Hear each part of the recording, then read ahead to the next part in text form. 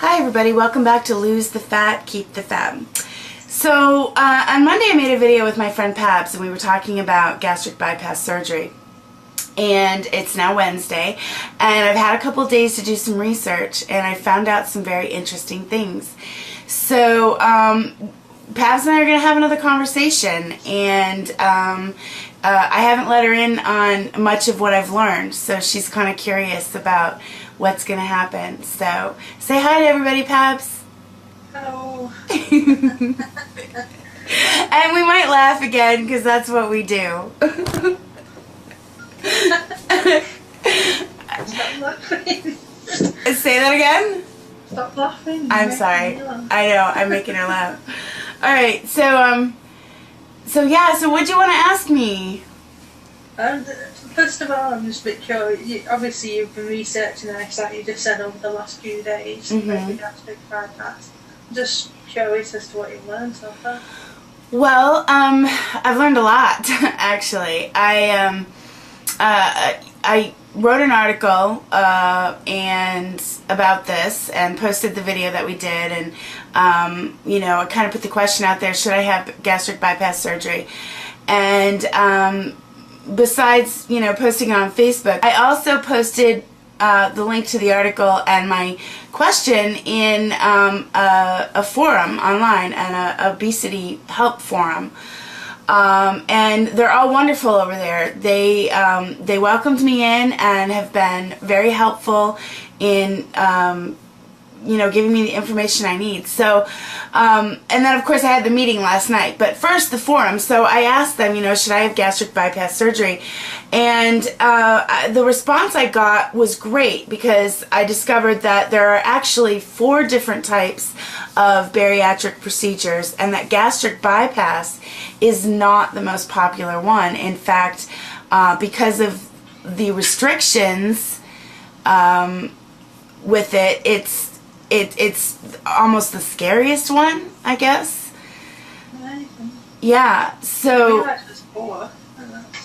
Well, yeah, and I did know that. I mean, you know, after researching, even on the website for the hospital, where if I decided to have it, where I would go, they, you know, they were very honest about, you know, this could happen, this could happen, this could happen, you know, so they want people to know that this is a serious thing. In fact, it's a life-threatening thing, so people have to feel like they have no other choice, I think, to be able to do this surgery, or to do any of the bariatric surgeries, you know.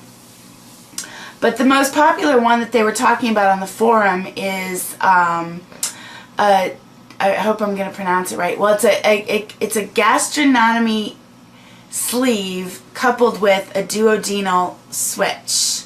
So it's like VSB DS surgery is what they call it. They're like...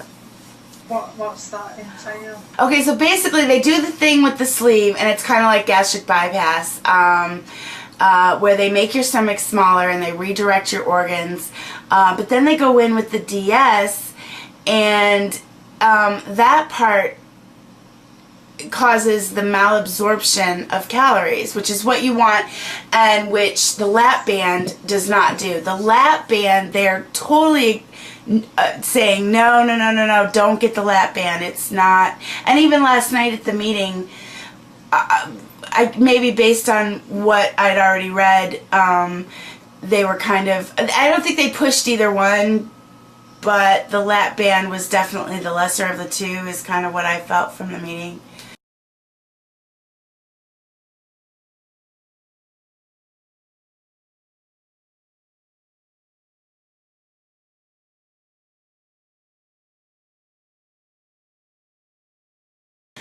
So I told them that I was going to this meeting last night. I told the people in the forum that I was going to this meeting last night. No, I was just going to say, so obviously you were nervous about going to this meeting because when you've read up about things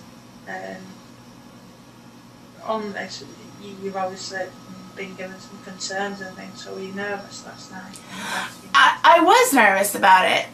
You know, one of the ladies had said, you know, if they don't do the other 2 procedures, which are more popular, if they don't do them, you know, at their facility, they're not gonna talk about them, and they're going to really pimp their stuff, and they're going to tell you that, they're going to give you all kinds of potentially bogus reasons why these other two aren't great.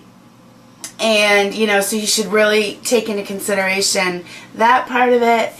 And then, I was getting nervous because it's a life-changing thing. It's a completely, totally life-altering thing to have done. And just out of curiosity, what is how many people were at this meeting last night? There was actually a really good crowd. There was probably 100 people there. Really? Yeah. And there was a social worker from the center, and it is a center of excellence, and that's important because one of the ladies mentioned it on the forum. For anybody researching this and wanting to have this procedure, it's important to make sure you're at a center of excellence. That's actually a catchphrase, center of excellence. Yeah. So go ahead.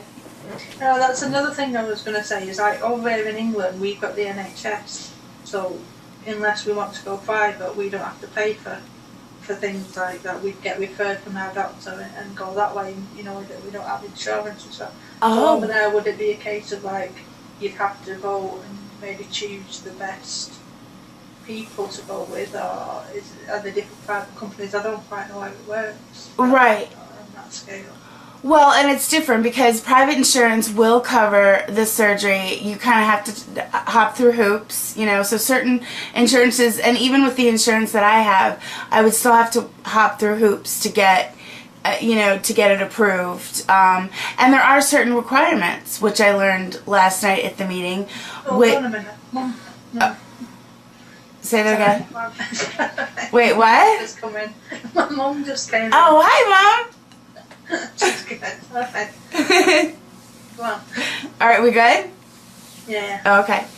So yeah, there are certain requirements that you have to go through, and the insurance companies really make, they want to make sure that you're everything, T's are crossed and I's are dotted, and so it's a little bit of a pain in the butt to even get approved for a surgery like this. Yeah. But what I was kind of referring to, is it like a business thing? Do they try and get you to, in a way, do they try and sell it to you in a way? Do they try to sell it to me in a way? Yeah, if you know you kind of know what I mean. Well, yeah, because one of the things that Gary said was it felt like we were at a pitch meeting. Right. It kind of felt like we were being pitched to about this program. Even though it's connected to the hospital and the hospital fully endorses it, it kind of felt like, they were saying, buy now, only $99.99, Yeah. I mean, that's what I was trying to get at, because obviously it's a different setup for me. Right. Absolutely. But they had a lot of other interesting things at the meeting, and things that Gary took lots of notes on. He actually took better notes than I did. He had he had an observer's point of view, and I was more, okay, what's my step? Step 1, step 2, step 3, So he had an observer's point of view. So you went to this meeting last night. What is it? What did you learn there? Well, I learned quite a lot, and like I said, we both took notes, and I like the notes that Gary took, because we went over them in the car afterwards, and he said, just read them as bullet points, and I'll expand. And the very first thing he had on his list was first time I'm full, because they said, they said after you have the surgery and you change your lifestyle and you started eating again or whatever, you're gonna feel full for the first time ever. And he said to me, well, that's not true. You tell me when you're full. You stop eating. You don't overeat. They didn't stress a lot about exercise before the surgery. They talked a lot about having to exercise afterwards, but they didn't, it was kind of like we were all bumps on a log until we had the surgery, and then we were expected to be Superman, Right. So, and then they also talked about crappy eating. you know, ding dongs and Twinkies and potato chips and, you know, and I don't eat any of that. And he said to me, he said, well, baby, you don't eat anything like that. You know, and I'm not perfect. I do eat some crap food, but I'm not sitting there putting, you know, I don't remember the last time I had a Twinkie. You know. I don't even know what a Twinkie is. Well, then there you go. It's a cake filled with cream. It's right, okay. You know, it's a processed cake then. Right. Well, it's a processed food, and it's a name brand. I mean, it's not, you know, and it's not something that I eat. You know. Right. So so they really stressed after the surgery that you have to move more, eat less, forever. But that's kind of like, in a sense, is what you do anyway. Because as far as I'm not kind of. Oh no, you're good. Keep going with that. Yeah, I'm not. Just kind of. If you eat less anyway on a general basis after, say you go on a diet or you just decide to put smaller portion controls, your stomach tends to shrink a little bit anyway. Yes. So it's kind of. Because I know I've done it. When you've been ill or something, you know, and you're not eating for a few days, right? You tend to find that you get fuller quicker. And going exercising, so on that scale, is it such a big lifestyle change? Well, and that, you know, and you're getting to the point. You're getting to the whole point of this. You reached it rather quickly, and that's good because we don't want to bore my viewers, you know. Which I don't think we ever could do that because we're hysterical. But yeah, you're getting to the point of it because then they talked about behavioral changes. They talked about commitment to lifestyle changes. And my whole thing when I started doing this on YouTube was portion control, exercise, and lots of water. Those were the 3 key things I was going to do on top of changing my behavior. And I didn't do that. I didn't change my behavior. See, that's the thing, that the way you think. Yep. Hello? Yeah, I'm here. Yeah. Yeah. The way you think has got a huge part to do with it. I know that myself. Yes, absolutely. Absolutely. So, you know, they talked about, you know, what foods you'd eat and how you'd meet with a dietitian. You have to go through this whole program before you're even approved. You know, they look at everything, and you know, you're going to talk to a therapist and a dietitian, and you're going to lose weight. You've got to lose some weight before you can have the surgery. And they also talked about, you know, what the requirements were. And fortunately, you know, or unfortunately, I only meet one requirement, and my insurance requires that I meet that requirement plus 2 more. So I meet the requirement that my BMI is high. It's 46 right now. But I don't have diabetes. I don't have any kind of hypertension, high blood pressure, any kind of issues other than that. And there were a couple other things on the list. So I don't qualify. I'm healthy as far as they're concerned. Well, in that sense, that's a good thing. Yes. Obviously, diabetes is a big thing. Yes. A big issue. Yes, and it does run in my family, and there are larger people biologically. I do, you know, come from a family of you know, larger people. So, so yeah. In that aspect, it's kind of positive in the sense that you can still do something about this on your own. It's just yes. That mentality right there. Absolutely, and that's the conclusion we came to. By the end of the meeting, I realized that, and Gary had said, well, you know, you're the smallest person in here, which I don't look like. I weigh almost 300 pounds anyway, so it's all relative. But, you know, I've struggled with this for a very long time, and you know, even going on YouTube for the last 7 months. So we came to the conclusion, I did, you know, he brought up all those things, but I came to the conclusion that I've just been a lazy ass and just not dedicated to my health success for the last 7 months. I was dedicated to portion control, I was dedicated to exercise, I was dedicated to water, but not enough in any of those. And the number one thing that I didn't do was change my behavior. Right. So now that you know that, that's something you can work on. Yes. So, bottom line, gastric bypass not for you. nope. Okay. Nope. Well, at least you've researched it and you've looked into it, and Yes. you know, that's a good thing in a sense.